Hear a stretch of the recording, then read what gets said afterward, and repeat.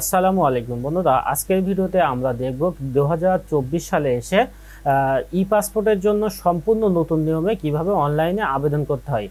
তো আমরা ইউটিউবের অনেক ভিডিওতে এটি পেয়ে যাব যে কিভাবে ই পাসপোর্টের আবেদন করতে হয়। তো আমার এই ভিডিওটি একটি ইউনিক ভিডিও হবে, কেননা ইউটিউবে যতগুলো কন্টেন্ট আমরা দেখে থাকি সেই কন্টেন্টগুলো অনেকেই শুধুমাত্র কন্টেন্ট তৈরি করার জন্যই ভিডিওটি করে থাকে এবং তারা নিজেদের একটা এক্সপিরিয়েন্স তৈরি করে, সে বিষয়টা একটু শেখার পরে সেটিকে কন্টেন্ট তৈরি করার জন্য তৈরি করে। তো আমার এই ভিডিওটা আপনারা দেখলে উপকৃত হবেন, কেননা আমি পাসপোর্টের অনলাইন করে থাকি এবং পাসপোর্টের কাজগুলো আমি করে থাকি, যে কারণে এর খুঁটিনাটি বিষয়গুলো আজকের এই ভিডিওতে আলোচনা করা হবে। তো ই পাসপোর্টের জন্য অনলাইন করার জন্য আপনারা এই একটি ভিডিও দেখে সম্পূর্ণ সমাধান পেয়ে যাবেন। তো চলুন বন্ধুরা, এখন আমি আমাদের কম্পিউটার স্ক্রিনে চলে যাই। তো বন্ধুরা, ই পাসপোর্টের আবেদন করার জন্য আমরা আমাদের কম্পিউটার স্ক্রিনে চলে আসলাম। তো কম্পিউটার স্ক্রিনে এসে আমাদের সর্বপ্রথম যে কোনো একটি ব্রাউজার ওপেন করে নিতে হবে।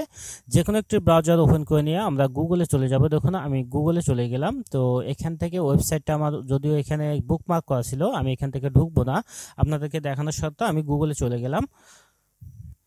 গুগলে যাওয়ার পরে এখানে আমরা লিখব ই পাসপোর্ট অনলাইন। ই পাসপোর্ট অনলাইন লিখে সার্চ দেওয়ার সাথে সাথে আমাদের যে ওয়েবসাইটগুলো আসবে, দেখুন সর্বপ্রথম যে ওয়েবসাইটটা আসছে ই পাসপোর্ট অনলাইন রেজিস্ট্রেশন পোর্টাল, এই ওয়েবসাইটে আমরা প্রবেশ করব।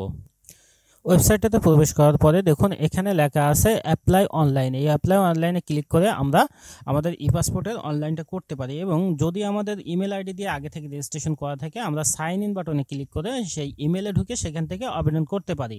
তো অ্যাপ্লাই অনলাইন এই বাটনটিতে আমরা ক্লিক করে দেব। দেখুন অ্যাপ্লাই অনলাইন বাটনটিতে ক্লিক করার সাথে সাথে বলছে are you applying from Bangladesh, আপনি বাংলাদেশ থেকে অ্যাপ্লাই করছেন? তো ইয়েস দেওয়া আছে। সিলেক্ট ডিস্ট্রিক্ট, এখান থেকে আপনার ডিস্ট্রিক্টে সিলেক্ট করে দেবেন। তো ই পাসপোর্টের অনলাইন করার জন্য সর্বপ্রথম যে বিষয়টা আপনাদেরকে বলে দিতে চাই সেটি হচ্ছে, আপনারা যে ব্যক্তির ই পাসপোর্টের আবেদন করবে সেই ব্যক্তির এনআইডি কার্ড এবং সেই ব্যক্তির স্বামী অথবা স্ত্রীর এনআইডি কার্ড সাথে নিয়ে আপনাদেরকে বসতে হবে। দুইটা এনআইডি কার্ড অবশ্যই থাকতে হবে, এবং যদি বাবা মার আইডি কার্ডের ফটোকপি থাকে সেটা অবশ্যই কাছে রাখতে হবে, কেননা এগুলোতে বাবা মা এবং স্পাউস অর্থাৎ স্বামী বা স্ত্রীর নাম অ্যাকুরেটভাবে দিতে হবে। যদি না দেন তাহলে পরবর্তীতে আপনাদের সমস্যায় পড়তে হবে। তো সেজন্য আইডি কার্ডগুলো আপনাদের সাথে রেখে এরপরে অনলাইনে আবেদন করতে আপনারা বসবেন।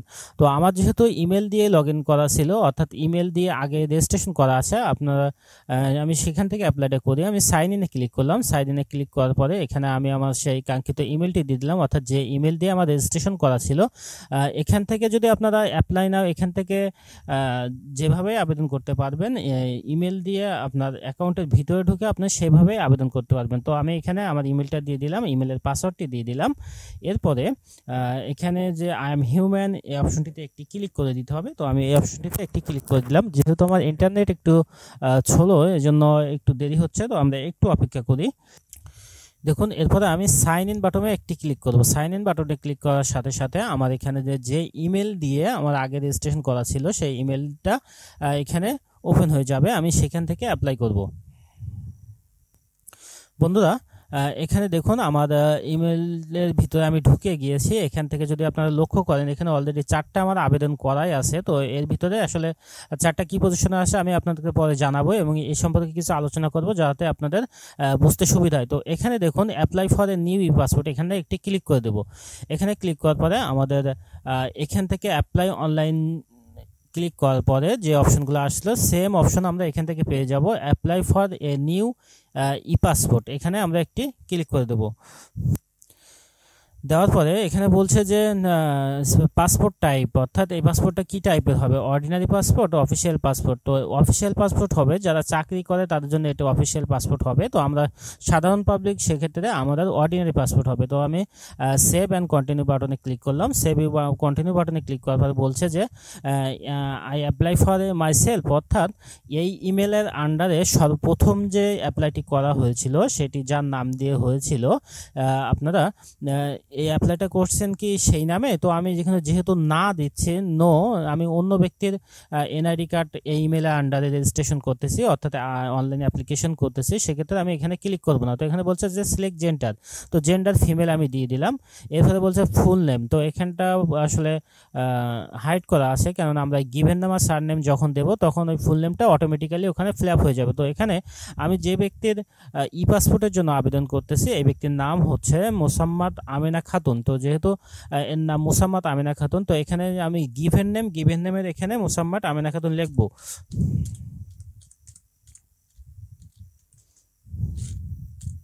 দেখুন আমি গিভেন নেমে মোসাম্মদ আমিনা লিখলাম এবং সার নামে খাতুন লিখলাম। তাহলে আমার এখানে অটোমেটিক্যালি ফুল নেমে এখানে পূরণ হয়ে গেছে মোসাম্মদ আমিনা খাতুন। এভাবে আপনাদের নামটি লিখতে হবে, কেননা এখানে যদি কোনো রকম ভুল করেন তাহলে আপনাদের ভিসা করতে সমস্যা হবে, কেননা এভাবে লিখতে হবে। তো এখানে যদি এমন হতো যে শুধু নামটি যদি হতো যে মোসাম্মদ আমিনা, তাহলে আমাদের এখানে গিভেন নামে শুধু মোসাম্মদ দিতে হতো এবং সার নামে খাতুন আমিনা দিতে হতো, তাহলে শুধু মোসাম্মদ আমিনা হতো। তো এরপরে বলছে সিলেক্ট প্রফেশন, অর্থাৎ এই ব্যক্তি কি করে। তো এখানে যে বিষয়টা নিয়ে কথা বলবো সেটি হচ্ছে, যেহেতু ইনি মহিলা এবং বিবাহিত, তো এখানে আমি হাউস ওয়াইফ দিয়ে দিলাম। তো এখানে যদি একটি পুরুষ মানুষের আমরা দিতাম, সাধারণত পুরুষেরা বিভিন্ন রকম কাজকাম করে থাকে, তো সেক্ষেত্রে আমরা ফার্মার দিতে পারি, প্রাইভেট সার্ভিসও দিতে পারি। তো এখানে লক্ষ্য করবেন যদি এই ব্যক্তিটার বিদেশে যাওয়ার ইচ্ছা থাকে সেক্ষেত্রে প্রাইভেট সার্ভিসটা দেওয়াই বেশি ভালো হবে। তো আমি এখানে হাউস ওয়াইফ দিয়েছি যেহেতু ইনি মহিলা। এরপর হচ্ছে সিলেক্ট রিজন, তো এই ব্যক্তি কোন ধর্মের অনুসারী সেটা এখানে লিখতে হবে। তো এখানে ইসলাম ধর্ম অনুসারী আমি ইসলাম ধর্ম দিলাম। এরপরে এই ব্যক্তির মোবাইল নাম্বারটা দিয়ে দিতে হবে। তো আমি এখন এই ব্যক্তির মোবাইল নাম্বারটা দিয়ে দিলাম। মোবাইল নাম্বারটি দেওয়ার পর বলছে যে send SMS application status information also this phone number, অর্থাৎ আপনি যে ফোন নাম্বারটি দিচ্ছেন এই ফোন নাম্বারে কি আপনার যাবতীয় তথ্য আসলে এই পাসপোর্ট সম্পর্কে যে SMS-গুলো আসবে এই নাম্বারে দেবে। তো সেক্ষেত্রে আমি এখানে টিক মার্ক করে দিলাম হ্যাঁ। এরপরে বলছে যে সিলেক্ট কান্ট্রি, বাংলাদেশ সিলেক্ট করাই আছে। তো বলছে সিলেক্ট ডিস্ট্রিক্ট অফ বার্থ, তো এখানে ডিস্ট্রিক্ট অফ বার্থ এখানে কোন ডিস্ট্রিক্টে সে জন্মগ্রহণ করেছে, তো আমি এখানে সাতক্ষীরা দিয়ে দিলাম, অর্থাৎ যে ডিস্ট্রিক্টে জন্মগ্রহণ করেছে। এরপরে বলছে জন্ম তারিখ, তো এখানে এই ব্যক্তির জন্ম তারিখটা দিতে হবে। তো আমি এখানে এই ব্যক্তির জন্ম তারিখটা দিয়ে দিচ্ছি।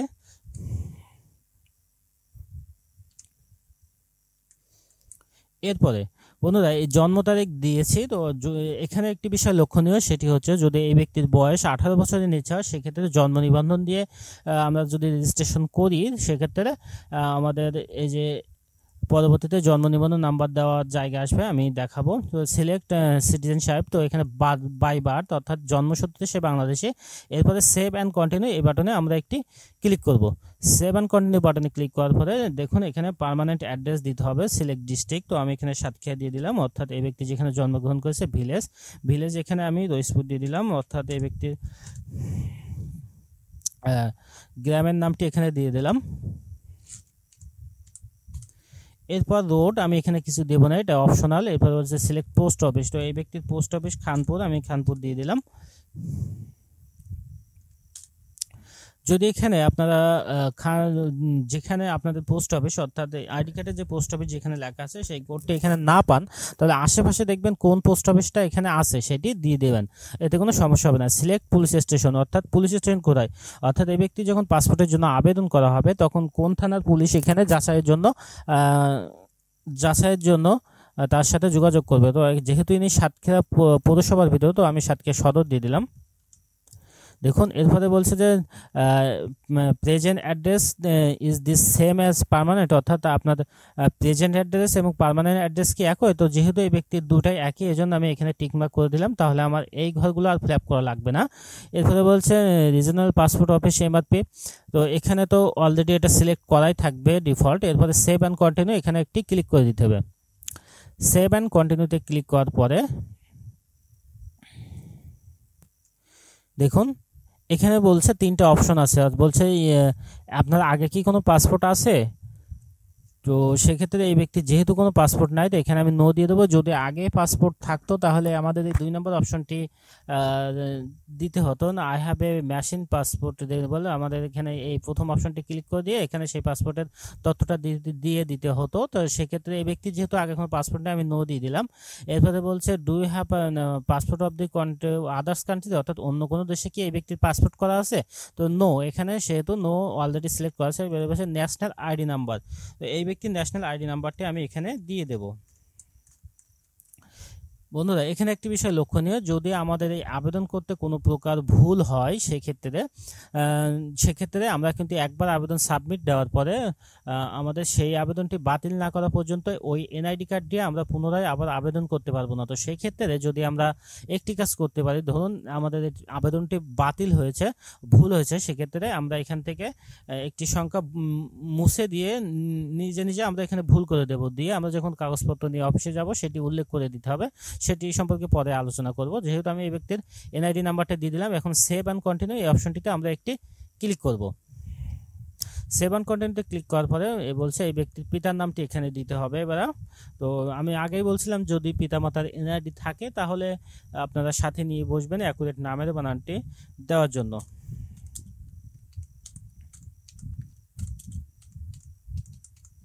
দেখুন আমি ব্যক্তির পিতার নামটি বলছে সিলেক্ট প্রফেশন, অর্থাৎ পিতা কি কাজ করে সেটি, তো আমি এখানে ফার্মার দিয়ে দিলাম।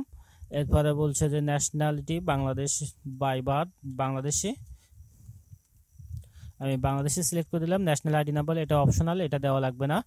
যদি এখানে জন্ম নিবন্ধন দিয়ে আমরা আবেদন করতাম তাহলে পিতা অথবা মাতার যে কোনো একজনের এনআইডি নাম্বার এখানে দিতে হতো। তো যেহেতু এনআইডি কার্ড দিয়ে করতেছি এখানে আমার দরকার নেই মাদার্স নেম, তো আমি মায়ের নামটি দিয়ে দেব।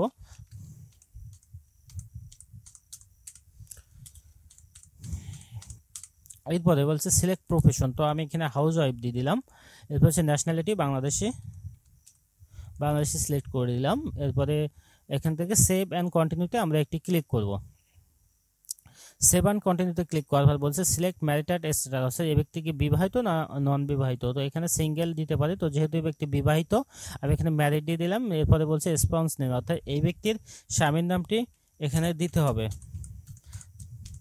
তো আমি এই ব্যক্তির স্বামীর নামটি দিয়ে দিলাম। এখানে সিলেক্ট প্রফেশন, আমি এই ব্যক্তির স্বামীর নামে প্রাইভেট সার্ভিস দিয়ে দিলাম। ন্যাশনালিটি বাংলাদেশি সিলেক্ট করে দিলাম।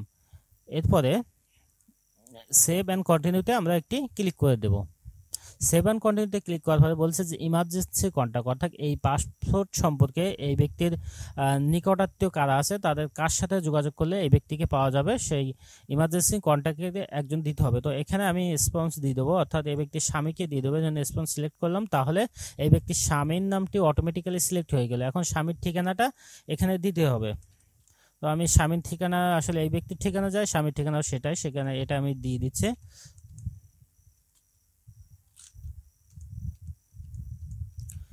এরপরে হচ্ছে এখান থেকে বলছে সিলেক্ট পুলিশ স্টেশন, অর্থাৎ এই ব্যক্তির স্বামীর অ্যাড্রেসটা দিচ্ছে। এরপরে স্বামীর মোবাইল নাম্বারটা দিতে হবে। আপনারা চাইলে যদি আগে যে মোবাইল নাম্বারটা দিয়েছেন একই মোবাইল নাম্বার এখানে দিতে পারেন, তাতে কোনো সমস্যা নেই। এরপরে সেভ অ্যান্ড কন্টিনিউতে একটি ক্লিক করবেন।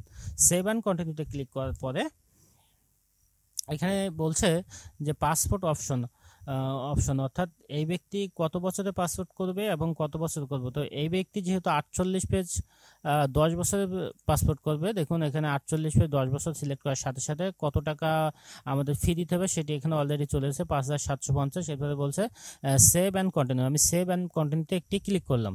সেভ অ্যান্ড কন্টিনিউতে ক্লিক করার পরে এখানে একটি জিনিস লক্ষ্য করতে হবে বন্ধুরা, বলছে যে রেগুলার ডেলিভারি এক্সপ্রেস ডেলিভারি, তো আমি এখানে রেগুলার ডেলিভারি দেবো।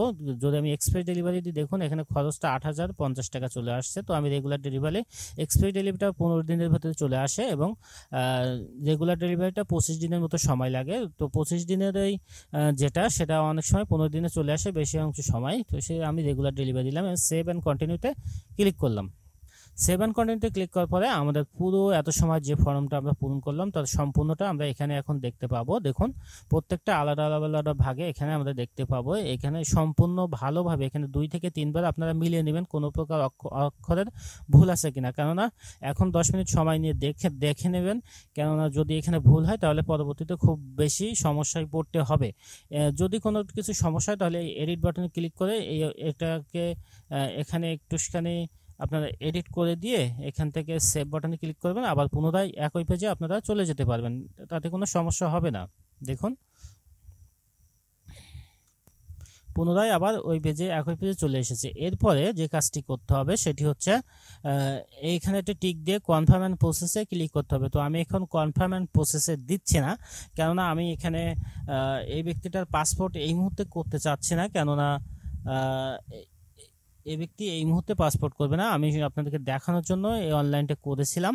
তো এখানে এরপরে সাবমিট দেওয়ার সাথে সাথে আপনাদের 2টা পিডিএফ ওখান থেকে ডাউনলোড দেওয়ার অপশন দেবে। ওই 2টা পিডিএফ আপনাদেরকে ডাউনলোড করতে হবে, করে যে 2টা পিডিএফে টোটাল আপনার 4টা কাগজ পাবেন। এই 4টা কাগজ এর সাথে আইডি কার্ড এবং ব্যাংকের ফি দেওয়ার যে কাগজটা, এইগুলো একসাথে নিয়ে অফিসে গেলে আপনাদের ছবি উঠিয়ে নেবে, ফিঙ্গার নিয়ে নেবে এবং পাসপোর্টটি কত তারিখে আসবে একটা স্লিপ দিয়ে দেবে, সেই স্লিপে সব কিছুই থাকবে।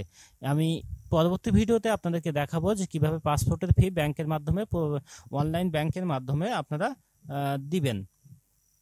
বন্ধুরা যে বিষয়টি আমরা বলতে চেয়েছিলাম যে আসলে এর আগে কয়েকটা আবেদন করা আছে, তারা কি অবস্থা আছে আমি আপনাদেরকে একটু যদি দেখাই। দেখুন এখানে বলছে যে এই যে পাসপোর্টটা আমি করেছিলাম পেন্ডিং ব্যাক এন্ড ভেরিফিকেশন, অর্থাৎ এই পাসপোর্টটা অফিসে এখনো যাচাই করতেছে। এরপর হচ্ছে এই যে পাসপোর্টটা দেখুন পাসপোর্ট শিফট, অর্থাৎ এই পাসপোর্টটা ঢাকা থেকে হয়ে গেছে, তৈরি হয়ে গেছে এবং ওরা গাড়িতে তুলে দিয়েছে, আমাদের অফিসে আসা পর্যন্ত অপেক্ষা করতে হবে। এরপরে এই যে পাসপোর্টটা এটা ঢাকায় প্রিন্টের জন্য আছে এবং আমি এই মুহূর্তে যেটা আবেদন করলাম এই যে মোসাম্মদ আমিনা খাতুন, এটা ইনকমপ্লিট লেখা আছে, অর্থাৎ যেহেতু আমি সাবমিট দিইনি এখানে ইনকমপ্লিট লেখা আছে। তো বন্ধুরা এই ছিল আজকের মতো ভিডিও, ধন্যবাদ।